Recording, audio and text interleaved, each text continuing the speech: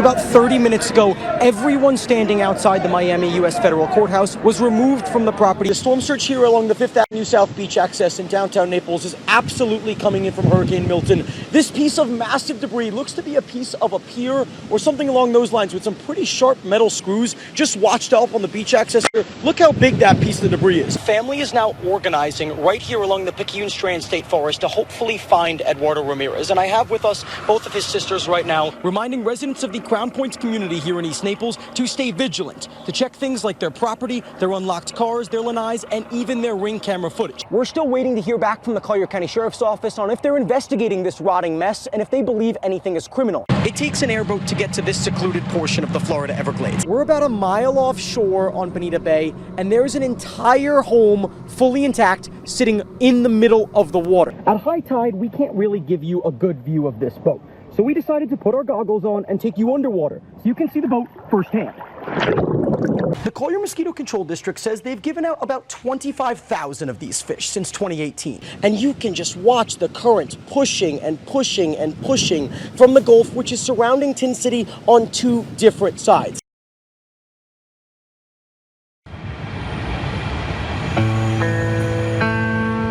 This might be the night that we catch the 20-footer. You just don't know. Once you hit like 12:30, 1 o'clock, it dies down significantly. So then you have these stretches of time that there is no traffic coming. So that's when the snakes start coming out. But here lately, just this last month or so, it seems to be the bigger ones have been moving later in the evening. Deep in the darkness in Everglades National Park are hundreds of thousands of Burmese pythons. It takes a python 3 years to get to be 10 feet and 200 mammals and birds to get it there. So every single python that we're taking out of the Everglades is making a difference. Since the time I was little, this is what I've always had, this passion for snakes, and they've always been a part of my world. There's just some things that people are natural at, and I know how that sounds, but I just feel like this is what I'm supposed to be doing. See the white? Yes. Yeah, so you're gonna see that, a periscoping python. Finding the elusive snake in this wilderness is a tall task. Keep your eyes out, boys. You take your eye off the road, I'm telling you, it's that quick. When I told my family and my friends, yeah, there's a python! Woohoo! Looky there, guys, it got all the way across the street. All right. Oh yeah, so this guy came all the way across the street. You're lefty? I'm a lefty. Go on the other side. It's easier that way. Yeah! Nice job! There we go, that's how it's done. Stay there, I'm gonna keep it from curling. Stay there. Come on, buddy. There we go, nice job. If you wanna go really fast, okay. I'm gonna show. Yeah? Do this and keep that first lock. Yep. Oh yeah, baby. Go. I got it. Okay. I got it. Are you sure you're good? Yeah. I got it. I got musk. Yep. Yeah. I heard it and felt it. Is he hissing at me now? This thing fought. Tried to wiggle around and thrash itself out. Ooh. My hand is getting tired. Yeah, I'm sure it is. I'm holding it They're so tight really strong to just make sure it doesn't get away. Actually, you know what? I can help. Oh, that works just like this. This works. This works, yeah. Now that we have this snake caught safely, the next step is to dispatch it humanely. Can you go ahead and let go? Yep. Yep, I got it. Yep, go now, go now. How big? 9'6". Dude, nice job. All right. Ready? Yep. Look good? Yep. 3, 2, 1. We have a lot of obstacles to make them in demand. Now is where the work really begins. Suey is turning this invasive species into merchandise. Once you get past your social network and a little beyond that, when people love the story, it takes big marketing dollars and big money to get that message out, to sell a product to people that they don't know that they need or want. Inside one of Everglades City's most prominent landmarks. This is a 17-foot invasive apex predator. Is a man who believes he can save our national park. My hope is that the leather being on the table represents that humans are starting to structurally fight back against invasives. Roland Salentino's Inversa Leathers takes pythons and turns them into works of art. It's like weeding a garden. If you get rid of all the snakes one time and you don't touch it again, they're going to come back. Systematically, year after year, we keep coming back to get more of these, to feed the consumer machine, and that's when you keep weeding the garden. This leather can become anything.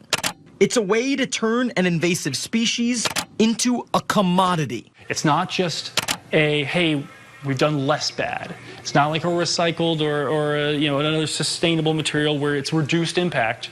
It's blown straight through sustainability, and they're now able to tell a story of regeneration. Inversa has clients across the globe. When they have the bigger claws like that, you can tell that's what gives away that it is a male. Wow, I don't know what that noise was. Their work creates an incentive to remove these snakes and supports local hunters like Sue. Every purchase that is made is helping this problem in the Everglades. Reporting in the Florida Everglades, Ryan Arbogast, NBC2. Gregory B. tells me he lives with a ton of guilt and says he's not a hero. He saved 2 lives here at the Port of the Islands Resort on New Year's Eve, but is still constantly thinking about the person he couldn't. A young man that was just in the wrong place at the wrong time. It doesn't stop. Every second of everything that happened. Flashbacks are real for Port of the Islands Marina Charter Captain Gregory B., quite literally shaking throughout our interview as he spoke for the very first time about the murder he watched with his own eyes Sunday afternoon at the Port of the Islands Resort. I have so much guilt. B was at the resort's bar on New Year's Eve by complete chance. He was the only customer, sitting with 2 bartenders at around 3:30 in the afternoon. The Collier County Sheriff's Office says that's exactly when former General Manager James Gamble showed up with a gun. I heard the first gunshot, and so I ran towards the lobby. I ran towards the gunshot, and then the second one and the other one, Employees we spoke with believe that Gamble came to kill the owner, retaliation for being fired.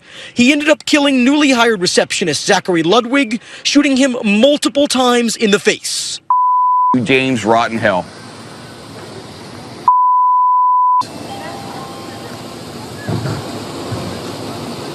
I looked right in the eyes, and he didn't pull the trigger. Called 911. Everybody get the out of here. Hello? Murder. Hey, get out of here. And let his friends escape before running towards the bullets just to check on Ludwig. I'd rather take the bullet than that kid. I'd rather have been the one shot than what that monster did to that poor kid. Family friends tell us Ludwig is a decorated Marine sniper, dedicated to God. This video from 2009 went viral when he was baptized in a ditch during a tour in Afghanistan. That's who Zach was. He went through some stuff, but he fought for our country. He went through hell, and he came back, and he was doing good. This sport is expected to cause $400 million worth of injuries. A new study from UBS shows that 67,000 pickleballers are expected to go to the ER in 2023. And the local experts say Naples is feeling the heat. It's been nothing like I've ever seen. A smaller court, a miniature paddle, easy to learn, cheap, and accessible to all. It's no secret pickleball is attracting those in their golden years. But going from an early morning walk to sprinting in the hot Florida sun has its consequences. About 1 in every 8 patients coming into Ideal Physical Therapy is a pickleball-related injury. On the court is Sean Hallahan, an East Naples physical therapist and pickleball player himself. Hallahan says age is a huge factor in the spike of pickleball-related injuries, serious or not. You have your strains and sprains.